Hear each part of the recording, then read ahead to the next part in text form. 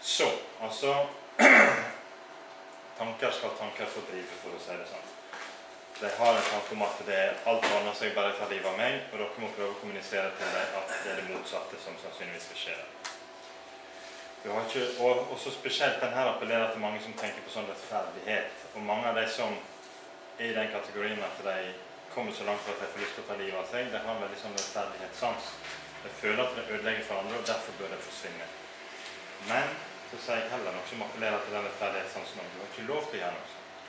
Du har ikke lov til å ødelegge livet til 5 andre personer, alle i familien din, bare fordi at du skal på en måte ha rett til å ta livet av deg. Du har ikke lov til det. Ok, greit. Da kan de, så du kan appellere til litt forskjellige måter som du tenker på. Da vil du virkelig kunne bli en byrde for deg. Sånn? Så nå må ikke dere bli stresset av at jeg kjører litt fort gjennom, for dere kan jo bare printe ut denne her. Yes. For noen år siden så gikk vi på et kurs av selvmordsforebygging av foreningen Leve. Og der poengterte de noe viktig som jeg har tatt med meg i etterkant, og det var at vi skal gi rom for å dvele ved argumentene for selvmordet også. At vi ikke skal være for raske til å gå over på hvorfor du ikke skal ta livet ditt, men også dvele med hva er argumentene for at du vil gjøre det. For det å si det høyt er også en release, som man får sagt det. Og det går veldig godt inn i den kognitive tradisjonen, sant, med at vi skal prøve å få tak i de negative tankene dine. Hvis du ikke får tak i de negative tankene, så kan du egentlig ikke argumentere mot deg. Sant? I det de sier, for eksempel den klassiske som sier at alle vil få det så mye bedre bare jeg forsvinner. Det er den klassiske, synes jeg. Så når de får sagt det, så kan de ta tak i det. Da kan du for så vidt få pasienten til å gjøre det blir nesten en positiv, mange negative på dette her. Ok, alle får det bra hvis jeg forsvinner på den ene siden, på den andre siden det er kanskje negativt hvis du forsvinner. Okay? Så det er et veldig bra poeng, veldig bra at du sa det. At få ut de tankene som det har om det. Ok, så har vi en annen ting som også er veldig nyttig, helt praktisk ting, og det er avtaler. Det er en skriftlig avtale med deg om at de ikke skal gjøre seg noe før de har møtt deg igjen. Okay? Ikke sett noen dato eller klokkeslett. Jeg vet aldri om dere er syke eller kommer ut for en ulykke eller noe sånt. Så sier de, ja, nå er klokka 5 på fredag, greit. Da gjør det. Sant? For nå er jeg løst fra avtalen. Så avtalen skal være til de får møtt dere igjen, så skal de ikke gjøre seg noe. Og dette er også sånn, kan dette være noe effektivt med folk som virkelig har lyst til å ta livet av seg, bare de har skrevet under en avtale om at de ikke skal gjøre det. Yes. Vi hadde en sånn som vi så vidt tørte å sende hjem på perm på en sånn 5-døgnspost. Men fikk hun til å skrive under at hun ikke skulle ta livet av seg til neste gang. Kom tilbake på mandag, og jeg var jo glad for å se at hun var i livet. Så sa jeg, ja, så flott da. Har det gått bra i helga? Nei, det har ikke gått bra i helga. Men du klarte å la være å ta livet av deg? Ja, hva var det som gjorde at du ikke gjorde det da? Jeg tenkte på ungene dine, sånn som jeg sa. Nei, men jeg hadde jo skrevet under. Du hadde skrevet under! Det var viktigere enn ungene dine. Ok. For enkelte folk så er dette der med å holde en avtale, det er kanskje det viktigste prinsippet i livet. Nordmenn er veldig greie på dette der. De er veldig flinke til å holde avtalen, for å si det sånn. Så her kan en bruke det. Jeg tror ikke det ville virke så godt i Mauritius, for eksempel. Det er litt mer sånn relaxed attitude. Sånn, men her skal du holde ditt ord. Så det var en pasient som sa til meg, hun hadde lært ungene sine 3 ting. Ikke lyge, ikke stjele, og alltid spise opp maten din. Jeg trodde hun spøkte med den siste. Det var helt alvorlig. Det var det 3. viktigste prinsippet henne var å spise opp maten din. Og det var overvektig i hele gjengen. Ja, lover ikke skade meg på noen måte før vi møtes igjen. De fleste føler seg veldig forpliktet av sånne avtaler. Det er merkelig. Og ikke bare skrive under. Vi hadde en psykiater når vi sa det at ja, vi har inngått en avtale, så sa han at du tok henne i hånda. Tok henne i hånda. For det mente han at du skal ta det i hånda, se det rett i øynene. Lover du meg? Yes. Så både det skriftlige og dette her non-verbale med ta i hånda. Og i tillegg så er det en viss sikkerhet for behandleren. Ikke det at det er noe som kan hjelpe på det, sånn altså hvis det faktisk skjer, men du trenger ikke gjøre det verre ved at du blir veldig kritisert over at du ikke har tatt opp problemet, sånn at du ikke har vurdert faren for suicid. Hvis du har skrevet en avtale og har den skriftlig på kontoret ditt, så kan du bevise for alle at dette her har vi diskutert i det vide og det brede, og kom frem til at hun skulle love at hun ikke skulle gjøre noe. Så da har en sitt på det tørre. Det er alltid det de sier, hvis du ikke har vurdert, da kan du miste jobben nesten på det. Men hvis du har vurdert, selv om du har vurdert feil, så får du mye mindre kritikk. Så, skal vi se om vi har mer om suicid her. Nei, simpelthen. Jeg må bare si en ting om suicid som dere bør vite om, som det er mange som ikke vet om, som jeg ikke visste om når jeg jobbet på DPS. Og det er forholdet mellom suicid og antidepressiva. Hvis vi har hatt noen leger her nå, så vil de begynne å få det her, begynne å bli kritiske med en gang. For de mener det antidepressiva redder liv. Jeg vet ikke hvor mange liv de har reddet med å gi pasientene sine antidepressiva, mener da legene. Og det er klart at det er de som sitter og skriver det ut dette her. De klarer ikke å sove om natta hvis de tror at de har ødelagt for mange pasienter ved å gi det antidepressiva. Okay. Antidepressiva mener jeg kan brukes, men i mye mindre grad på en helt annen måte enn det blir brukt nå. Man kan bruke det kanskje i en kriseperiode på et par uker, som vi ville ha brukt Paracet når vi har det vondt. Okay, vi har det vondt psykisk, og vi kunne ha brukt antidepressiva for å få oss litt grann opp. Og selv om legene sier at det tar 4 uker før dette her kikker inn, forskningen viser at det kikker inn første veka. Så det er ikke sant det. Men hvis legene sier at det tar 4 uker, så tar det 4 uker. Det er nocebo-effekt deluxe. For alle får litt bivirkning av å ta sånne tabletter. Og hvis legen påpeker at det tar 3 uker før det tar 3 eller 4 uker før det tar kikker inn, så legger de bare merke til bivirkninger. Men hvis de tror at dette her er en veldig aktiv og god medisin, så virker den fra nesten første dag. Og vi ser at den virker fra første dag, for den kan gi disse ekstreme utfallene fra første dag. Og et av problemene med antidepressiva er faktisk at det øker suicidaliteten. Ganske betraktelig. En av de verste, det er de som er ganske kjappe, har veldig kjapp effekt, går fort opp og så fort ned igjen, som kan få veldig varierende grad av kjemisk påvirkning i løpet av en dag. Og en av de verste er Seroxat. Paxil. Seroxat heter den på norsk, Paxil heter den på amerikansk. Og når de gjør statistikk på dette der, så ser de at nesten 6 ganger forhøyer suicidalrisiko når de begynner på Seroxat, eller hvis de gjør doseforandringer i løpet. Enten også når de prøver å slutte med det. Hvis de prøver å slutte litt brått, så er det kjempehøy risiko for at de tar livet av seg. Men oppstartingsfasen også er veldig risikabel, og alle forandringer. Man forklarer jo gjerne noe av det med at hemmingen slipper, da. Ja. At man har vært så hemmet av depresjon som man ikke har kunnet utføre.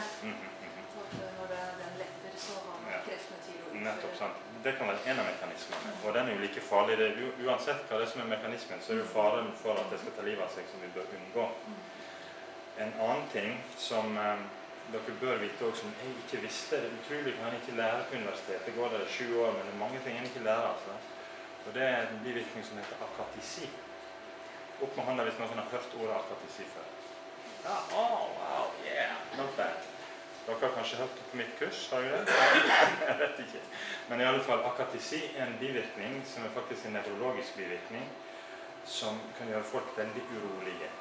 De kan føle det som en intens indre smerte, en slags psykologisk smerte. De sammenligner det med å dra neglene på en sånn tavle. At det er sånn kontinuerlig, den følelsen som du får sånn ising når folk skjærer metall mot metall, eller sånne ekle følelsen som du får av sånne lyder, kontinuerlig. Og det kan bli veldig aggressive av dette her, få ekstremt aggressive fantasier. Folk som har vært mest fredelige personer i sitt liv, plutselig så får de fantasier om at de har lyst til å stikke seg selv, lyst til å drepe seg selv. Det er ikke for så vidt det at de har lyst til å dø, men de må bare drepe seg selv på den mest mulige voldelige måten de kan finne på, gjerne ved å stikke seg selv. Eller så blir det til at de blir voldelige mot andre, så det kan enkelte som har gjort dette her på en stigende rus på antidepressiva, for å si det sånn. Hvis de dreper noen, så er det ofte 100 knivstikk. Det er ikke snakk om bare ett. Det her var voldsomt. Og det var en som hadde drept en eldre dame, og etter han hadde drept henne, så hadde han gått ut over møblene. Så han stukket i hele alle møblene hennes. Så det blir en sånn ekstrem aggresjon av det. Og en av de mest tragiske casene jeg var borte, det var en som ikke burde vært lagt inn på akutten, men hun fikk noen kramper i beina sine som de ikke klarte å finne ut av somatisk. Og så hadde hun noe rusk psykologisk i journalen sin, så jeg sa det er psykologisk. Inn på akutten. De skal fikse krampen i beina. Beina sto sånn ut, hadde stått sånn i 3 døgn. Så tenkte jeg, dette må være psykisk, vi klarer ikke å fikse det. Ok, inn på akutten på psykiatrisk. Der kjører jeg på med Zoloft, for jeg mente det var traume dette her som hun hadde. Kjører på med Zoloft, det skal være. Jeg har klart å få den godkjent for PTSD, så derfor bruker alle Zoloft når det snakker om traume. Og hun fikk denne ekstreme agitasjonen, og det slo seg ut i det at hun plutselig ble helt sånn riv buskene, skulle dunke hodet i veggen, begynte å klore seg selv i tese. Hva gjør det med folk da? Da gir det i belte. Men måtte 6 stykker på henne for å få henne i belte, for det blir en sånn ekstrem aggresjon. Ok, hver dag, 3-4 timer etter at hun hadde fått Zoloft-dosen sin, ok, i belte. Så ble beltelagt et par timer hver dag i en periode. Helt til hun fikk forstoppelse av antidepressiva, så det er ganske sånn forstoppende litt der. Massive magesmerter, rusher inn på somatisk. Legene på gastrolegene sier, nei, men hun har jo tatt en tablett som gjør henne så konstipert, og dette her er fare på ferde. Stopp alle antidepressiva. Ikke en eneste utagering etter det. Altså det var helt klart, selv om dette her er case, så teller det egentlig vitenskapelig like godt som det vi kaller for kontrollerte studier. Hvis du har challenge, som vi sier, altså de får medisinen, så har du de-challenge, altså de får gå uten medisinen. Når du har challenge, så får du symptomer, de-challenge, så forsvinner symptomer, så begynner de på den igjen, og så kommer symptomer tilbake igjen. Det er like godt som at det har kontrollerte vitenskapelige forsøk, spesielt når du har en del av disse challenge, de-challenge, re-challenge. Så hun hadde akkurat dette der, men jeg tror ikke det er noen av disse legene som har skjønt at det gjorde hun vondt med den medisinen, at utageringen var på grunn av medisinen. Jeg pleier å si, ja, fikk et slags gjennombrudd nå, ja, var bra vi fikk henne inn i tide da. Sånn, hvis hun hadde begynt å gjøre dette der før hun kom inn på akutten, så ville det vært tragisk, men hun har aldri gjort det utenfor akutten. Aldri. Så det er tragisk, så dere må vite det, at det er en ganske stor risiko med å begynne med antidepressiva, og det er en stor risiko å forandre på dosene. Jeg er ganske sikker på at 2 av de suicider som vi opplevde i den tiden som jeg var på DPS, jeg er ganske sikker på at begge 2 var medisinforandringer. For det kommer litt som lyn fra klar himmel. Du hadde ikke forventet at den personen skulle gjøre det. Den mest rolige, sinnlige personen i verden, veldig optimistiske rett før de har gjort dette der. Og da kan det godt hende at leger har trappet ned på antidepressiva for eksempel, og da er det risiko. Fullstendig risiko. Så det må dere vite. Veldig forsiktig. Jeg vil ikke, en pasient som viser de minste tendenser til suicidalitet, så vil jeg ikke gitt antidepressiva. Kjør kognitiv terapi. Det kikker inn like fort. Det har mye mer varig effekt, og da slipper den inn med å avvende det etterpå. Så det dere lærer nå, kan redde liv. Det er det helt sikkert liv. Og spesielt denne med å snakke om tankene bak suicid. Så, søvnproblem. Det er jo noe som er veldig aktuelt både for traume og for depressive lidelser. Det er det største problemet til de som er deprimert, og det blir på en måte verre av at du ikke får sove. Så har en litt mindre overskudd til å tenke positive tanker når jeg går der helt trøtt og utslitt. Fører med seg mange andre problem, for eksempel B-preparatmisbruk. Da begynner de på sovetabletter. Skal vi prøve å komme oss av sovetabletter, så klarer ikke vi fungere mentalt, kognitivt med det vi skal gjøre om dagen, fordi vi går i en rus av sovetabletter, og så videre. Og så får en den onde sirkelen med at har du først ikke sovet noen netter, så blir du så stresset av at du ikke sover. Nå må jeg få sove. Har dere sett disse henne Dagbladet og VG? Det er jo helt ekstreme. Jeg tror det er nesten en gang i veka. Så er det søvnproblem. Dette er søvnfellene. Søvnproblem fører til, det som jeg har sett, det fører til Alzheimer. According to Dagbladet, fører til Alzheimer, hjerneslag, hjerteinfarkt. Er det meg? Diabetes. Ja, omtrent alt. Nei, tidlig død og... Tidlig død. Det er egentlig Stort sett alt. For lite søvn kan føre til stort sett alle slags problemer. Dette er så kørka forskning, eller forskning er ikke kørka, men tolkning av forskningen er så gal. Vet dere hva som er galt? Nå skal dere høre. Visste dere det at det er en sterk vitenskapelig bevist statistisk signifikant sammenheng mellom skostørrelse og leseferdighet? Skostørrelse og... Leseferdighet. Ja. Wow. Vet du hva? Er ikke det rart? Jo eldre du er, jo Ja, bedre kan du lese. sant? Altså små barn kan ikke lese, det har små bein. Så når man kjører statistikk på dette her, så jo større beina er, jo bedre leser det. Sant? Men altså, det var ikke beinstørrelsen som hadde noe med leseferdigheten å gjøre, men det varierer samtidig. Men faktoren bak er alder, sant? En tredje faktor. Og det er helt sikkert tredje faktorer som ligger bak dette søvngreiene. Det er en ting som gjør, samme tingen som gjør at du ikke søver, som at du får Alzheimer, som gjør at du ikke søver, som gjør at du får hjerneslag. Og det kan være massevis av faktorer. Det er sannsynlig generelt stress, det kan være kosthold, og så videre, og så videre. Nå så jeg et sånn klassisk eksempel, men det var faktisk litt ok i diskusjonen. Det står nå at delt husarbeid fører til flere skilsmisser. Så du ikke det? Det er helt klassisk, og det ser ut på forsiden som det er det de sier, at deler du husarbeidet, så øker du sjansen for skilsmisse. Det er ganske idiotisk påstand. Sannsynligvis så kan en av grunnene være til at de parene der kvinner gjør mesteparten av husarbeidet, er veldig tradisjonelle, for det er tradisjonelle verdier om å ikke skille seg. Det var i de tilfellene der mannen gjorde mesteparten av husarbeidet, det var 78% høyere sjanse for at det skulle skille seg. Det er sannsynligvis, for det har vært et eller annet, de har brutt med det tradisjonelle, og de er utradisjonelle før, og kanskje den mannen har blitt kua til å gjøre husarbeidet, who knows. Men altså, det er mange underliggende faktorer. Det er ikke det at de deler husarbeidet, men det ser sånn ut på forsiden. Ok, men i alle fall, det skaper en veldig sånn ond sirkel hos folk som har søvnproblem, og får lese sånne ting et par ganger i veka. Du kan ikke unngå det når du går på butikken og ser at for lite søvn fører til tidlig død og alt det. Fordi det å tenke på i tillegg. Ja, ja. Det bare gjør denne onde sirkelen verre og verre og verre. Prøver du å sove, så får du i hvert fall ikke sove. Ok, så nå skal dere lære noen veldig enkle tiltak. I tillegg til alle tiltak om å ikke drikke for mye kaffe, og ikke trimme så alt for mye rett før du skal legge deg, og ikke spise så alt for mye før du skal legge deg, og så videre. Alle sånne generelle søvnråd, det kan dere lese for så vidt ganske greit i Dagbladet. Det har en del gode råd. Men det første kan være å gjøre akkurat det motsatte av det som Dagbladet gjør, og det dramatiserer tanken om søvn. Hvor viktig er dette her med å sove?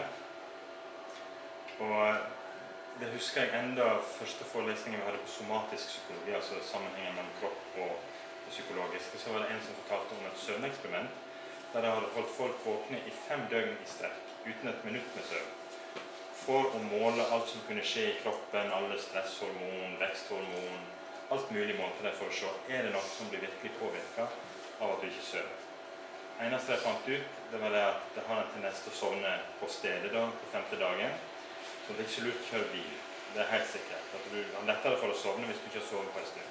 Men det bare viser at kroppen har en sånn helt automatisk flott selvregulering. At har du ikke fått sove, så har du tendensen til å bare sovne på stedet.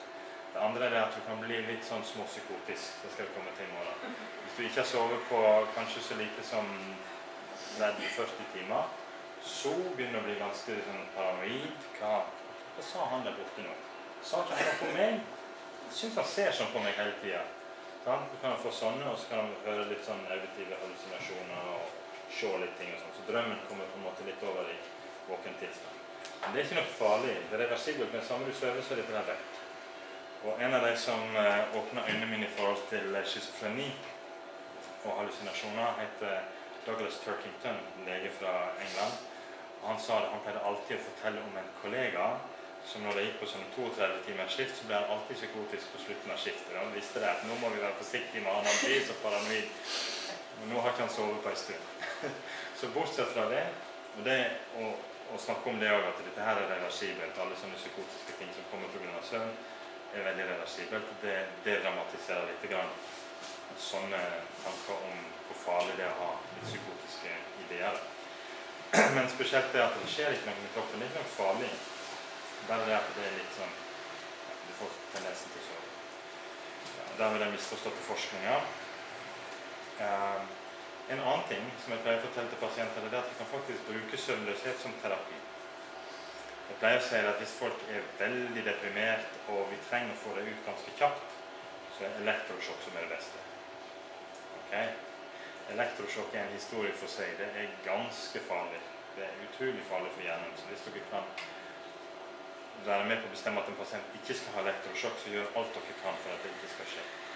Det ja, mildt sagt farlig for hjernen. Mister hukommelsen, kan miste årevis av hukommelsen. Mange som mister hele utdannelsen sin på en serie med elektrosjokk. Men i stedet for å gjøre elektrosjokk, så kan de gjøre noe som like effektivt når det gjelder å forandre humøret, og det å døgne. Ta seg en natt uten søvn. Sikkert noen av dere som har gjort dette her i russetida eller noe sånt, og det dag nummer 2, da det nesten som vi har fylle. Wow, that is good. Ja. Så en kan få den effekten, litt sånn eufori, som vi sier, sånn high, ved å kutte en natt. Og den highen, den kan du holde hvis du da holder deg våken helt til klokka 7 neste dag, omtrent klokka 7 da, litt an på hvordan rytmen fra før, cirka klokka 7, og så søver du til du våkner, og du står opp kanskje 4-5 om morgenen for å gå ut soven. Så legger du deg klokka 8, klokka 9, og klokka 10 og klokka 11, sånn at du kjører 25 timers døgn. Da kan du holde den der litt sånn småmaniske effekten, sånn at den er mye bedre humør. Så det også kan dedramatisere litt, men det er ikke så farlig om du mister hele natt. Det kan være helt ok. Så. Spørsmål? Ja. Jeg har en jobb der det med å miste i natt er en ganske vanlig ting. Ja. Og det meste jeg har vært våken er 60-70 timer. Ja. Og da var de sure når jeg gikk på dagen. Men det som er tingen er, hvis du gjør det over lang tid, så er det ikke ufarlig. Det må jo ha en effekt på kroppen. Ja, altså hvis du gjør sånn 70 timers døgn omtrent til vanlig, så... Nei, ikke det til vanlig, men 2-3 dager, eller 2-3 skift av 40 timer, det var rimelig vanlig. Ja. Men følte du at det ødela kroppen din? Jeg kjente at når jeg reiste på land, så var jeg veldig sliten. Ja. Men for så vidt ikke farlig å være sliten. Nei. Kanskje hvis du røyker veldig mye i de 40 timene du er våken, så påvirker det noen helsa di. Nei, jeg skal ikke si det at det er helt bevisst at du kan være veldig slurvete med å sove i årevis. Det vil nok påvirke kroppen. Men sånn, hvis du tenker at jeg har gått glipp av i natten, nå like før Alzheimer, begynte jeg ikke å glemme litt nå? Jo, ja, men glemte jeg noe. Nå er det Alzheimeren som kommer. Den er helt unødvendig. For man fikk nemlig informasjon. Det var et problem for så var det noen som hadde den type arbeidssituasjoner. Du måtte bare gjøre ferdig og så. Og da kom det var fagforeningen som tok opp, og da var det mye sånn svensk forskning som var hvis det går med brukte for det å være Ja. Altså du mister 10 år i livet for sånn. Oi, det tror jeg ikke det kan bevise på noen måte. Men hva skal jeg sagt? Jeg får noe skal si, så glemte jeg det. Ja, konsentrasjonen kan gå litt ned. Det kan det vise på reaksjonstester at det er som promille hvis du har vært våken for lenge. Så akkurat det skal man være litt forsiktig med. Yes. Jeg tenker det er jo derfor det er et paradoks at leger har i dag. Leger som har ansvar for liv og helse, at de selv påpeker det. Broderen jobber sånn, han påpeker at han er rett og slett litt høy på slutten, men han er utkonsentrert også. Ja, og kan ta litt rare avgjørelser. Det er legestadiet som skal kunne risikere å gjøre akutte ting. De må egentlig være like skjerpet fra den tiden de kommer til den tiden de går, så er det praksis. Hvorfor er det egentlig sånn når de andre blir presset opp av kortere? Det kan du si. Det er sånn merkelig ting. Kanskje det tror det er Superman. Legene har litt sånn... De prøver å si fra, de sier fra og sier fra. De har ikke lyst til å ha den situasjonen. Men de blir påvirket. Ja, det er rart. Men det er så vanskelig å forandre sånne systemer med en annen grunn. Nå har jeg begynt på skolen, jeg vet ikke om dere har sett det, at nå kjører det dobbelttimer uten friminutt. Har dere sett det? Det er helt sjokk. Jeg sier 2 første timene uten friminutt, og så får du 10 minutter. Så 2 timer til uten friminutt. Det er riktig kloke jeg ser på dere voksne folk, hvis det går litt over 45 minutter, så begynner dere å vri dere. Ja. Og læreren klarer ikke heller. Jeg klarer ikke mer enn en time, da er jeg helt pumpa, da må jeg bare gå ut og lufte meg. Så det begynner å få inn sånne rare ideer, så er det så vanskelig å forandre det. Ok, men tilbake til søvnen. Altså skriv ned de negative tankene som ligger og spinner før du legger. Få det ut, og hvordan skal vi skrive det ned da? Da er det masse negative etter hverandre. En negativ masse. En negativ per side. Om de klarer å finne det positive, er det helt sikkert en god ting for søvnen. Så kan finne mottanker om at jeg er faktisk en god mor. Jeg er en god mor. Jo, jeg gjorde det og det og det og det for ungene mine i dag. Så kan du få sove litt bedre. Så det er godt hvis dere kan få bearbeide det, men bare det å få det ut. For ellers vil hjernen ha en tendens til å repetere det. Det skal vi se veldig når vi kommer til traumeteknikkene. Så har vi teknikker for å få sove. Enkleste teknikken, den synes jeg, jo mer jeg forklarer den, jo mer genial synes jeg den er. Og det er en original lege som heter Deepak Chopra, som jeg hørte den av første gangen. Han er inder, så han kjører sånn Ayurveda, som de driver med i India, prøver å integrere det i vestlig medisin. Veldig fascinerende. Og han sier det at beste teknikken er å bare ligge helt i ro med øynene igjen, uten å bevege seg. At det er nesten like godt som fysiologisk søvn. Få slappe av, altså bare ligge helt her. Da klarer han som regel ikke å ligge i ro i mer enn 20-30 minutter før det blir så ubehagelig at du blir litt oppskaket av det, så da kan jeg snu seg forsiktig, men snu deg sakte da. Og så der ligger en halvtime til. Da vet dere at bare dere ligger kanskje 6,5 timer i stedet for 6 timer, så har dere fått like mye fysiologisk søvn. Og nå har jeg forklart om denne teknikken i årevis, og så fikk jeg endelig en pasient som ikke søver kanskje på vekesvis. Ikke søver et minutt. Men hun sier at ok, jeg bare legger meg ned og spiller død. Helt sånn. Og da klarer hun seg. Hun blir litt mer irritabel. Det er ikke helt like godt som vanlig søvn, men hun klarer seg fint. Hun blir ikke psykotisk, blir ikke for deprimert, blir litt som sier at det påvirker litt, men det kan like godt være en nocebo-effekt, ved at du tenker at det kan ikke være bra å sove så lite, men at du får en veldig god hvile ved å bare ligge helt i ro. Og hvis du vet det, at bare jeg ligger i ro nå, så trenger jeg ikke bekymre meg om jeg søver eller ikke. Ser dere verdien i det? Nei, men det er ikke så farlig, jeg skal bare ligge i ro, jeg. Ja, da øker du sannsynligheten ganske ekstremt for at du sovner. Så nesten like godt som ekte søvn. En annen teknikk som jeg synes er veldig interessant, og som jeg får veldig godt til, en del av pasientene mine får det veldig godt til, det er å skru ned det mentale tempoet. Jeg kan legge merke til det hvis dere ikke får sove, så er det en kjapp indre dialog. Nå må jeg huske det, og så må jeg betale den regningen, og så lurer på om jeg klarer å rekke SFO i morgen. Det går i ett kjør. Folk som prøver å lære seg å meditere, de sier det er forbaska bråk inni her. Det går non-stop. Det er ikke rart det er 60 000, for da merker du at det går hele tiden. Kvelden går. Ok, hva kan du gjøre med det? Det er litt sånn submodalitet, som jeg sa. Tempo, det er noe som jeg kan forandre. Ok, nå må jeg huske at i morgen må jeg hente på SFO. Sånn at en bare med vilje slår ned det mentale tempoet og prøver å si det på en litt sånn søvndyssende måte til seg selv. Få inn disse her litt non-verbale delene av det språket som vi har internt. Akkurat som godt gjort. Det er litt sånn det non-verbale i stemmeleiet der. Få deg opp og sånn, i det interne stemmeleiet. Okay? Veldig effektivt. Av og til, ikke alltid, ikke for alle. Så dere må ikke tro at bare dere kan den ene teknikken her, så kan dere hjelpe alle. Det er nettopp derfor jeg gir dere mange forskjellige måter. Så alt dette her er i tillegg til vanlige gode rutiner med å legge seg til samme tid, stå opp til samme tid, og så videre. Sånne ting som dere allerede vet. Det er en fysisk teknikk som er ganske interessant. Som er litt ubehagelig for folk som har angst som slår seg på lungene, for å si det sånn. De anbefaler jeg ikke at de prøver det her. Men det er en fysisk teknikk som går på CO2-nivået. Har dere prøvd å få unger til å sove noen gang, og så blir det så stille at dere nesten lurer på om det fortsatt er i live. Litt sånn overfladisk pust, og så plutselig, når dere er blitt mest bekymret, så tar det seg et godt magedrag. Og så er det sånn. Hva er det som skjer?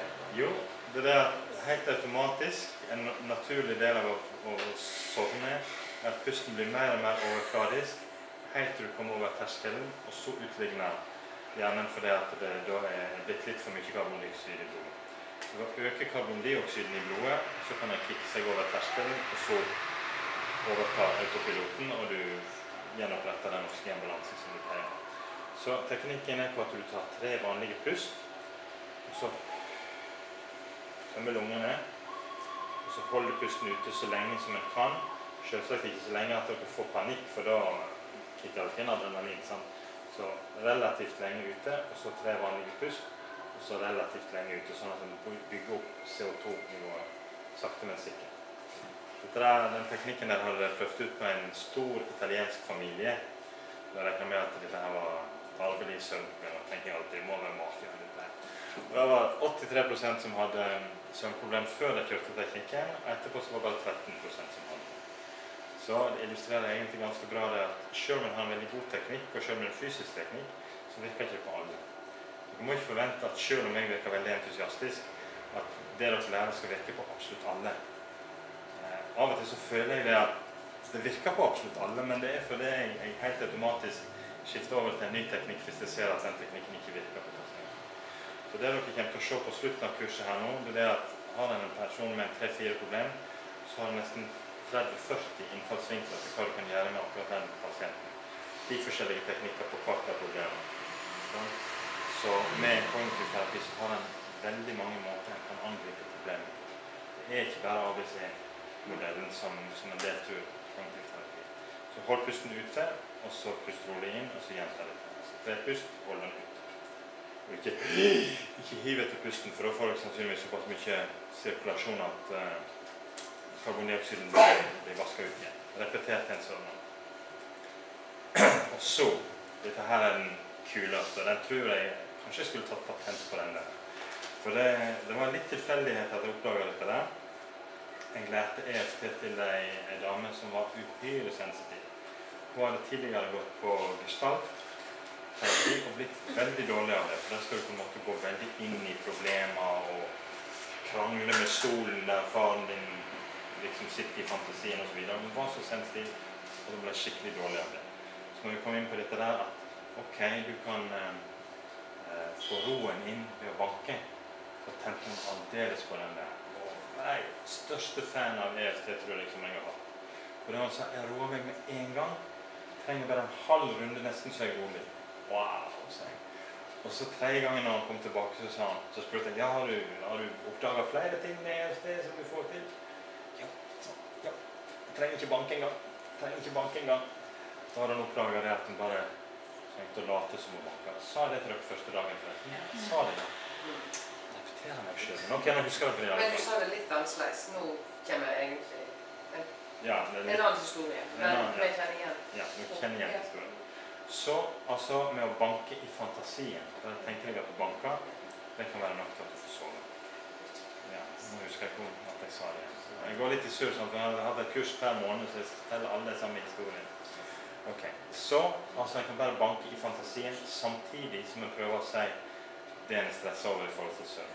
Jeg er så redd for å bli uopplagt fordi jeg ikke søver. Jeg er så redd for å bli uopplagt fordi jeg ikke søver. Jeg er så redd for å bli uopplagt. Da kan du ligge helt i ro, og bare tenke, og da blir det som en slags dobbelt sauetelling i tillegg. Telle sauer, hvorfor virker det å telle sauer? Jo, for det distraherer sånn at du ikke klarer å kjøre den bekymringstankestrømmen som du vanligvis har. Altså tenk på at du banker på EFT-punkter, repeter bekymringene om søvn. Ikke repeter, nå får jeg sikkert sove, nå får jeg sikkert sove. Ikke det som er poenget, du skal repetere det du er redd for, sånn at det blir koblet til ro. Sånn at neste natt, når du kanskje begynner å tenke på, nei, får jeg sikkert ikke sove, så er det klassisk betinget til EFT-banken. Så går runden til du sovner, det er om igjen og om igjen. Så plutselig begynner dere å tenke på bekymringene igjen, vanlige bekymringer, og så ok, nei, hvor langt vei kom til å være kommet hit? Så bare tenke på alle punkter, tenke på fingerpunkter. Noen er flinkere enn andre, og kanskje spesielt på den der vil dere oppdage at noen punkt er bedre enn andre. Jeg praktiserte dette på bussen innover, og noen ganger jeg tok bussen inn for å holde disse kursene her. Og det må oppstå grytidlig. Og så tar den bussen 1,5 time, så tenker jeg må bare sove på bussen. Nå må jeg utnytte at jeg får sove på bussen. Ja, det er som å si, ikke tenk på hvite bjørner det. Nå må jeg sove, får du ikke sove. Ok, nydelig anledning til å bruke teknikken. Så jeg sitter i bussen der og banker virtuelt så det suser. Da merker jeg den og den for meg. Jeg føler nesten sånn at filmen aldeles når jeg treffer de punktene i fantasien. Helt merkelig. Det er forståelig, fordi det er samme områder Når du tenker at du stimulerer et område, så kan det vise på EEG at da er det som om du tar i det området. Så gjerne reagerer på det på den måten. Og så var det en gang jeg var så misfornøyd. Når jeg kom helt til Oslo, jeg har enda ikke fått sove. Og så plutselig våknet jeg. Jeg hadde drømt at jeg var våken og drev med EFT. Jeg hadde faktisk sovet hele veien. Det var litt artig. Så gå runden til du sovner. Andre råd, fysisk aktivitet. Ja, dette her er i forhold til depresjon. Fysisk aktivitet 3 ganger 20 minutter per uke er veldig effektivt. Hvorfor sier jeg 3 ganger 20 minutter? Jo, for å sette krav litt lavt, sånn at jeg faktisk kan gjøre det. Og det har sett det at om du øker det utover det, så får du ikke noe særlig ekstra effekt. Det er denne 3 dager for uka, minst 20 minutter. Der har de gjort en fascinerende forskning. Dette her er litt sånn nesten ydmykende også. Du kan få så godt resultat med dette her. De sammenligner en gruppe som bare hadde denne aktivitetsgreiene, en gruppe som hadde aktivitet pluss antidepressiva, en gruppe som bare fikk antidepressiva. Og nå klarer jeg ikke å signalisere med hendene mine hva som var resultatet. Det var de som hadde bare aktivitet som fikk det beste antidepressive resultatet. De som hadde samme aktiviteten med tillegg av antidepressiva var dårligere enn de som ikke hadde antidepressiva. Det var ganske fascinerende at faktisk antidepressiva tok vekk litt av effekten av trimmen. Så hvis dere bare klarer å få folk til å gå en litt rask tur 3 ganger i veka, så har dere gjort noe veldig godt for det. Så det er lurt å huske på. Alle aktiviteter hjelper. Jeg husker på verdenskonferansen i Barcelona, så treffer du litt folk fra andre land, og da ser du at i andre land så tenker de litt annerledes enn oss her i Norge. Her i Norge var veldig standard. Hvis pasientene er for deprimert, så må du få deg litt opp med antidepressiva.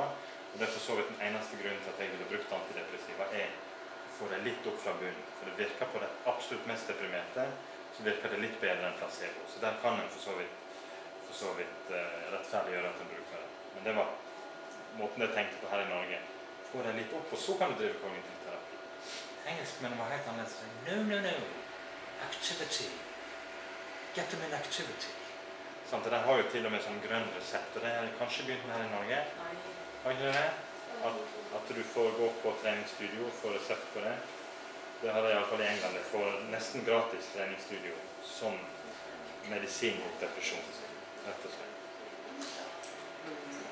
Sette lette delmål, ikke se så alt for langt fram, se at vi kan dele opp ting litt grann. Sosial kontakt. Du spør folk, hvor tid er disse her negative tankene dine mest utbredt? Er det når du sitter sammen med folk og prater? Er det når du sitter her med meg, eller er det når du sitter for deg selv alene på rommet ditt? Når jeg sitter for meg selv, da spinner det aldeles. Så sosial kontakt er bra av mange grunner, men også fordi at du ikke får anledning til å sitte og gire på den negative tanken. Det er en liten sånn apropos i forhold til sykmelding. Det går der hjemme hele dagen. Det er ikke vant med å være alene på den måten. Det er vant med å gå på jobb. Ofte så må vi nesten, når det kommer til meg etter å ha vært sykmeldt en stund, så må vi nesten bruke tid på å komme seg vekk fra denne grublingen som ble vant med over 3-4 veker med sykmelding. Så det er et litt apropos. EFT er selvsagt. Føler meg så deprimert, kan en alltid prøve på. Viss sannsynlig for det virker, men jeg føler at jeg klarer ingenting, jeg føler at jeg er så mislykket. Alle de negative tankene kan jeg gjøre EFT på å prøve. Er ikke deprimert for stort, altså for vidt? Jo, det var det jeg trodde. Ja.